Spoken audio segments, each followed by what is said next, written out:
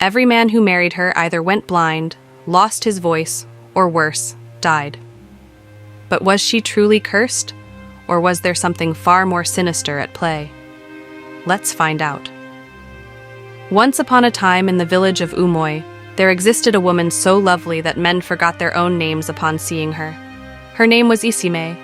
Her skin was as smooth as fresh palm oil. Her eyes twinkled like morning dew, and her smile, oh, her smile could soften the heart of even the angriest man. Men whispered about her beauty, while women envied her allure. Each time she walked through the market, traders neglected their prices, men dropped whatever they were holding, and even the birds in the trees seemed to pause and observe.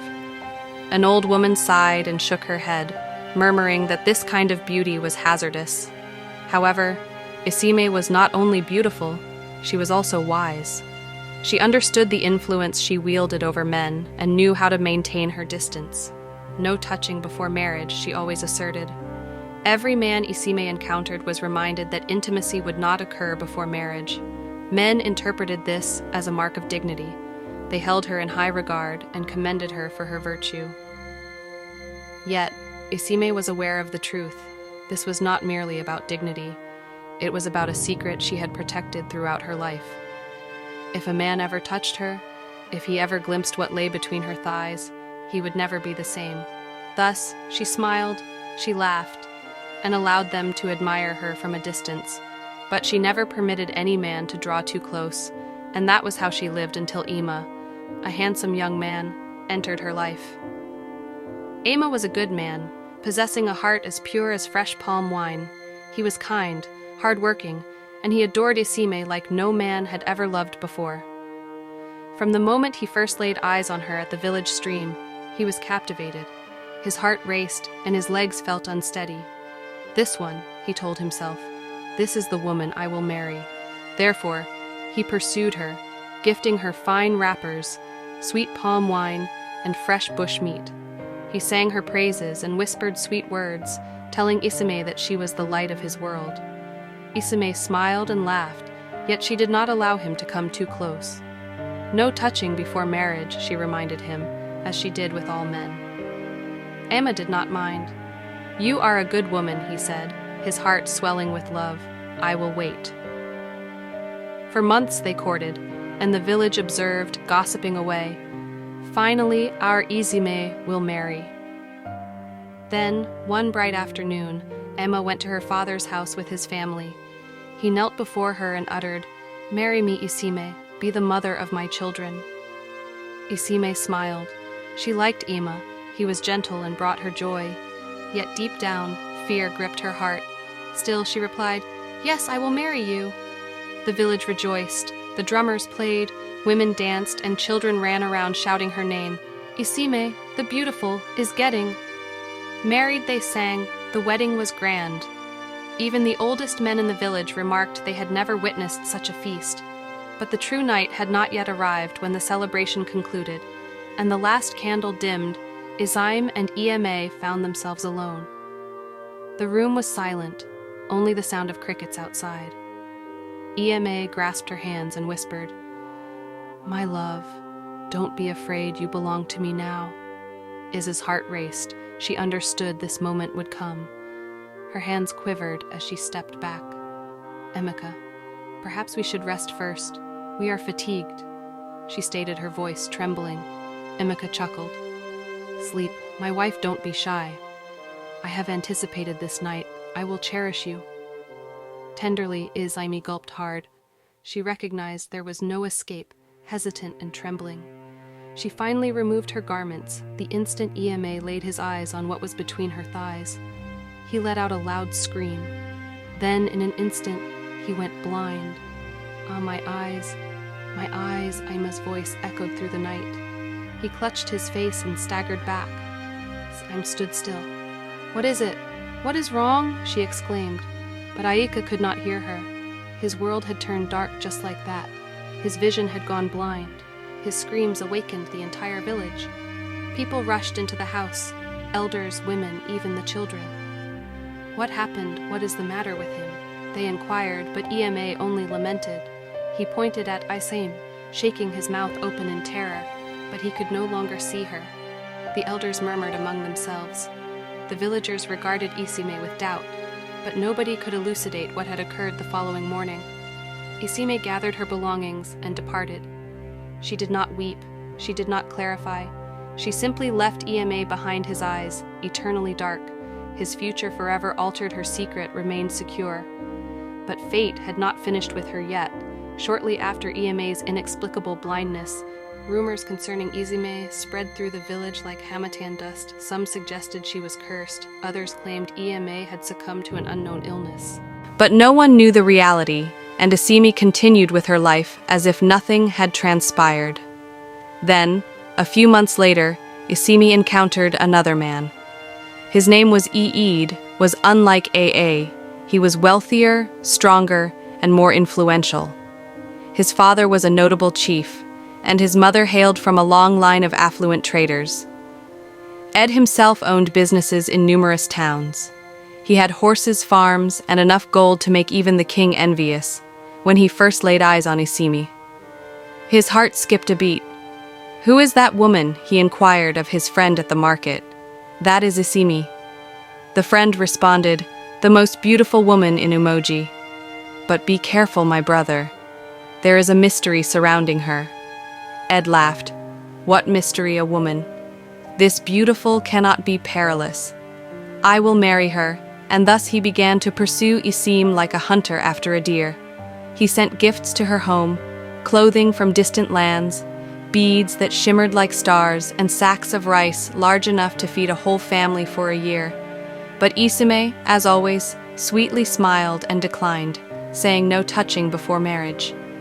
He loved this aspect about her. A woman of virtue, a woman who values herself, is the kind of wife I need. Before long, he asked for her hand in marriage. The wedding was more extravagant than Ima's. Drummers played until their hands ached. Dancers moved their bodies until they were drenched in sweat. People traveled from afar to witness the union of Ed the rich and Isime the beautiful. Even the king sent his messengers with gifts. But when the sun set and the guests departed, the true night commenced. Ed and Isime sat in their new home, a large house with towering walls and exquisite furniture. Candles flickered in the room, casting long shadows upon the walls. He pulled her close and whispered, "My wife, my love, this night is ours. Do not be afraid." Isime's hands turned cold, and her heart pounded like the village drum. She attempted to distance herself, yet Ed merely laughed and kissed her forehead. "Are you shy? Do not worry. You belong to me now." Isime inhaled deeply. There was no way out. Gradually, she removed her clothing. Initially, Ed stayed still. His eyes widened. His chest rose and fell as he absorbed the sight before him. Just as Ed's gaze fell upon her secret between her thighs, he opened his mouth to scream, but no sound emerged. He lost his voice instantly. Isime's face twisted in horror. He clutched his throat. His lips moved, but nothing came. He attempted once more, but nothing. His voice was lost.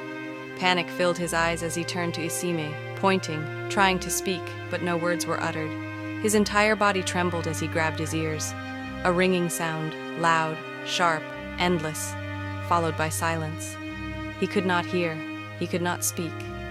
Fear gripped his body as if a spirit had entered him. He stumbled backward, hitting the wooden stool, and ran to the door, pushing it open, rushing into the night outside. Some of his family members were still gathered, drinking palm wine and laughing. When they saw Ed, they rose in confusion. "Ed, what is wrong?" one of his uncles inquired. Ed pointed at his mouth, then at his ears. He tried to speak, but no words emerged. He shook his head, slapped his own ears, and waved his hands frantically. "Why is he acting like this?" someone whispered. The crowd gathered, the drummer ceased playing, and even the wind seemed to still, awaiting an answer. "Talk to us. What happened?" Ak opened his mouth again. Silence. Someone shouted, "He has lost his voice." Another added, "He cannot hear us." More almost filled the air. Whispers of suspicion and fear. Isime stood at the door, watching her heart race. The villagers were now staring at her. "This is not ordinary," an elder finally declared. First Ema lost his sight, now A has lost his voice and hearing. Something is amiss, something is very wrong. A's mother fell to the ground, wailing, my son, who did this to you?" The people turned to Isim. Isimi shook her head. "I don't know what happened, I swear, I don't know." But nobody believed her. That night's family took him to many herbalists. They made sacrifices. They prayed. They begged the gods. But his voice never returned. His hearing never came back. The next morning, Isimi packed her things and left. She did not cry. She did not explain, she simply walked away. Her secret remained hidden, but the villagers were now talking. This was not a coincidence. This was a curse, and fate was not finished with her yet. By then, Isa's name carried whispers wherever she went. People spoke in hushed tones when they saw her pass. 2 men, one blind, one mute and deaf, yet no one could prove anything. Some said it was bad luck, some said it was the work of spirits, but no one had the courage to speak to her directly. Then came Obina. Obina was not just rich, he was the richest man in all of Umoji. His father owned lands, his mother owned markets, and Obina himself had enough money to buy anything or anyone he desired. Women in the village dreamed of becoming his wife.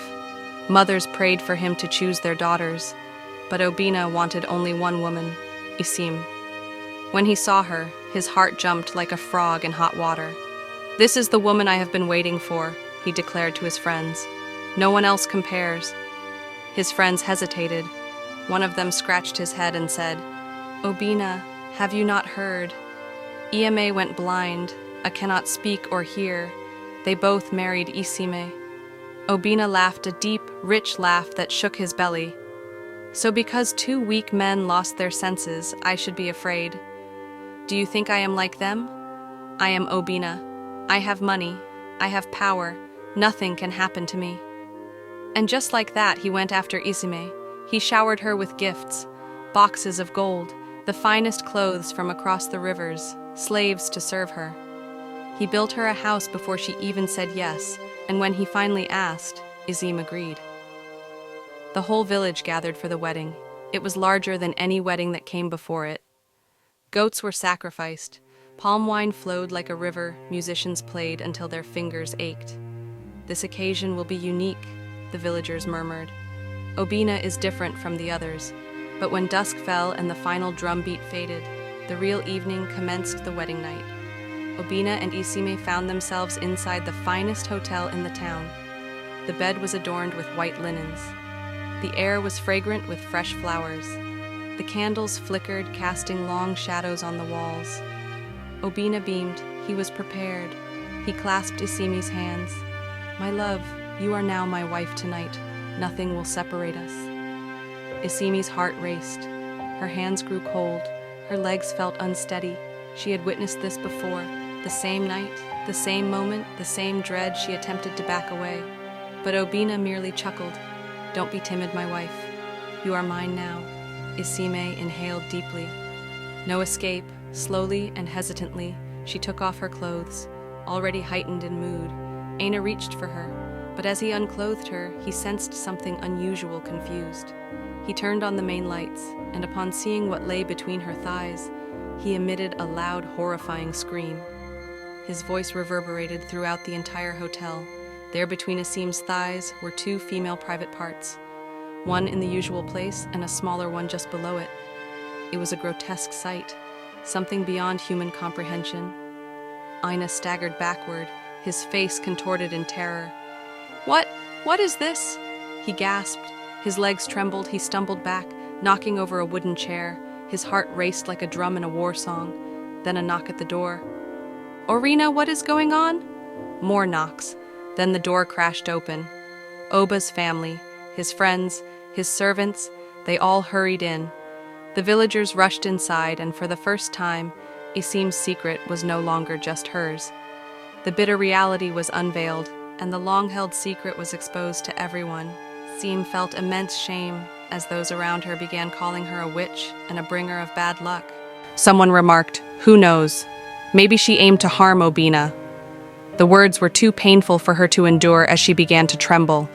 Another person said, "We don't want to hear anything from you, killer who sent you."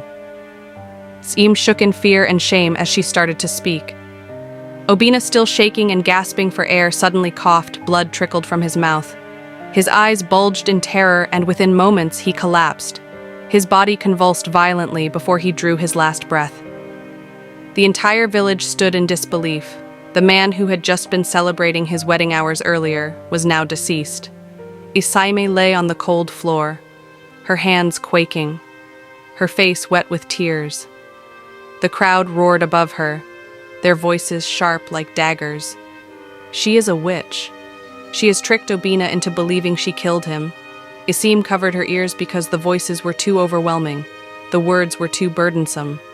She desired to scream, to vanish, to escape from this nightmare. Yet she couldn't. Tears streamed down her cheeks as she raised her head. Her lips quivered and her voice was faint. "Please allow me to speak. We don't wish to hear a thing from you, vile woman," someone yelled. She must have used charms to ensnare Obina. Isimi closed her eyes, inhaled deeply, and then she articulated. "I didn't ask for this," she uttered, her voice faltering. The room went quiet. "I was born this way. I never realized it. I swear, I never knew." The villagers gazed, their eyes filled with skepticism and rage, yet Isime persisted. "I was merely 5 years old when my mother passed away," she murmured, and the crowd whispered. Then the truth began to surface. Many years ago, prior to Isime's understanding of pain, before she discovered how to smile to conceal her grief, she was just a little girl, a baby. Her father was a wealthy man with 6 wives, and his home was filled with children, yet he had only one daughter, Isime. Her mother, Neka, was the youngest wife. She was lovely and kind, but the other wives despised her, not due to her being the favorite, nor because she was younger. They loathed her for bringing forth a girl. In the household, boys were paramount. Boys carried the family name. Boys inherited the land. Boys were celebrated, while a girl meant nothing. Isim's 5 stepmothers glared at her with envy and animosity. Why must she be the only one with a daughter? Em and Kai, the second wife, hissed, "We have borne sons, yet look how joyous our husband is because of this girl." Mama Joa, the third wife, spat. But the most formidable of them all was the first wife, Mama Chidi.